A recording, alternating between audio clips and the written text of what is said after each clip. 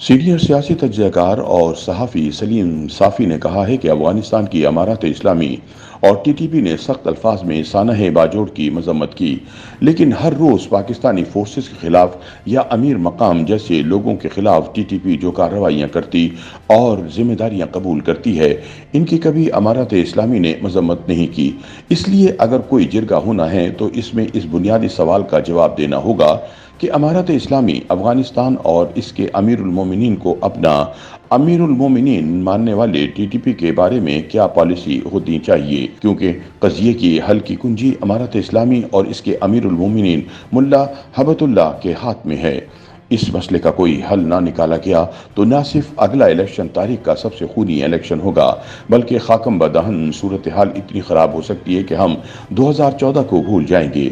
अपनी एक कॉलम में सलीम साफ़ी लिखते हैं, तहरीक तालिबान पाकिस्तान को दोबारा उरूज इसलिए हासिल हुआ क्योंकि जब अफगानिस्तान में उनके बड़े यानी अफगान तालिबान नेटो फोर्सेस को शिकस्त देकर फातह बनकर उभरे तो पाकिस्तानी तालिबान का मोराल भी बुलंद हुआ और उनके जहनों में ये बात बैठ गई कि हम अगर अमेरिका और नेटो को शिकस्त दे सकते हैं तो पाकिस्तानी फोर्सेस से लड़ना कौन सी बड़ी बात है। दूसरी वजह यह है कि टीटीपी के 4-5 हज़ार लोग पहले से अफगानिस्तान में थे, 4-5 हज़ार अफगान हुकूमत की जेलों में थे, और जब तालिबान ने जेलें तुड़वा दी और इनसे कमोबेश इतनी ही तादाद में टीटीपी के लोग भी रिहा हुए, जिनमें मौलवी फ़कीर मोहम्मद जैसे अहम लोग भी शामिल थे।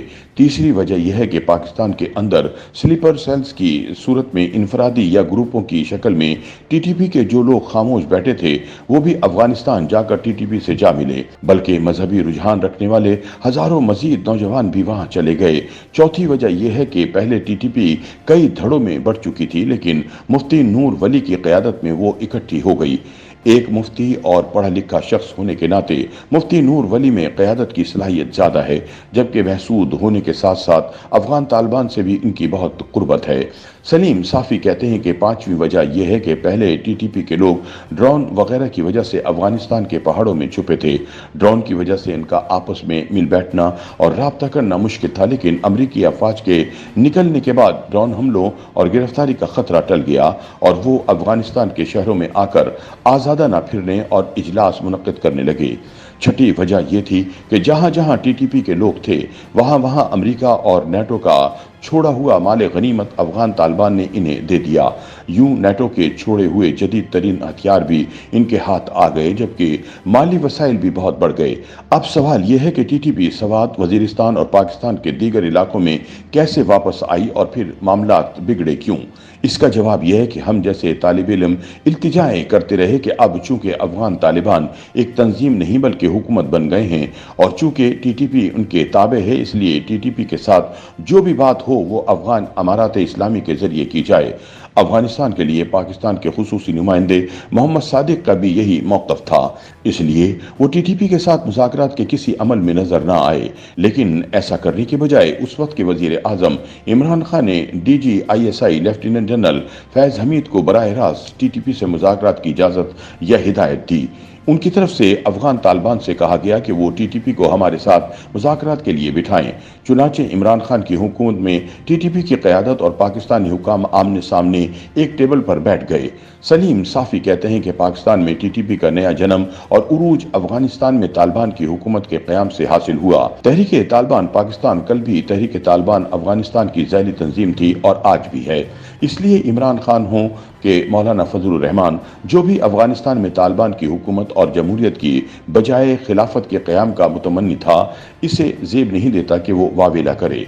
PDM और पीपल्स पार्टी या ANP के रहनुमा सिर्फ इमरान खान और जनरल फैज़ को इल्ज़ाम देते हैं कि उन्होंने टीटीपी से मुज़ाकरात करके उनकी एक बड़ी तादाद को वापस बसाया, लेकिन हकीकत यह है कि बैरिस्टर सैफ की क़यादत में सूबे के कबायली मकानान पर मुश्तमिल वफ़द टीटीपी से मुज़ाकरात के लिए जब अफगानिस्तान जा रहा था तो उस वक्त पाकिस्तान के वज़ीर आज़म मियाँ शहबाज शरीफ और वज़ीर ख़ारिजा बिलावल भुट्टो ज़रदारी थे।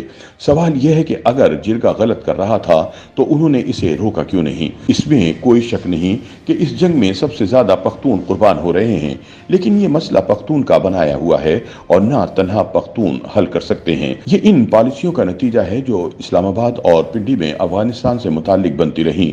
अब मौलाना फजलुर रहमान ने सानहे के बाद पख्तूनों का जिरगा बुलाया, लेकिन मसले मसले की कुंजी तो इस्लामाबाद और पिंडी में है। पख्तूनों के जिरगे इस मामले में बेबस हैं।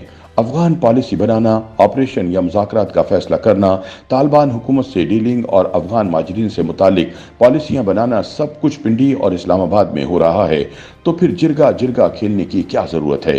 सलीम साफ़ी के मुताबिक इन लीडरों की तो इस मामले में अदम दिलचस्पी का ये आलम है कि बिलावल भुट्टो ने बतौर वज़ीर ख़ारिजा पूरे दौर में अफगानिस्तान का दौरा तक नहीं किया। पेशावर धमाके के बाद एपेक्स कमेटी के इजलास में ऑल पार्टीज कॉन्फ्रेंस बुलाने का फैसला किया गया था, लेकिन आज तक वो इजलास नहीं बुलाया गया।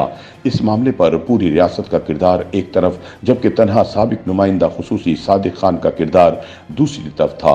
बड़ी हद तक मामलात उन्होंने कंट्रोल रखे थे, लेकिन वफाकी स्टेक होल्डर्स के किरदार से मायूस होकर उन्होंने भी इस्तीफा दे दिया।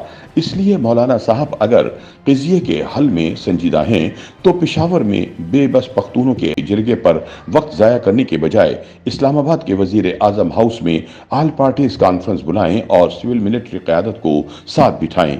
कहा जाता है कि बाजोड़ धमाका दाइश ने किया, लेकिन दाइश इस गेम का एक मामूली हिस्सा है।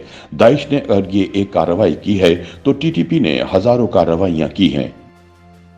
YouTube पर गूगली न्यूज देखने के लिए youtube.com की सर्च बार में गूगली न्यूज टीवी टाइप करें। गूगली न्यूज के पेज पर सुर्ख रंग के सब्सक्रिप्शन वाले बटन पर क्लिक करना ना भूलिए। YouTube पेज पर अपलोड होने वाली वीडियोस से बाखबर रहने के लिए बेल आइकन पर क्लिक कीजिए। आपको हर नई वीडियो के बारे में नोटिफिकेशन मौसूल हो जाएगा।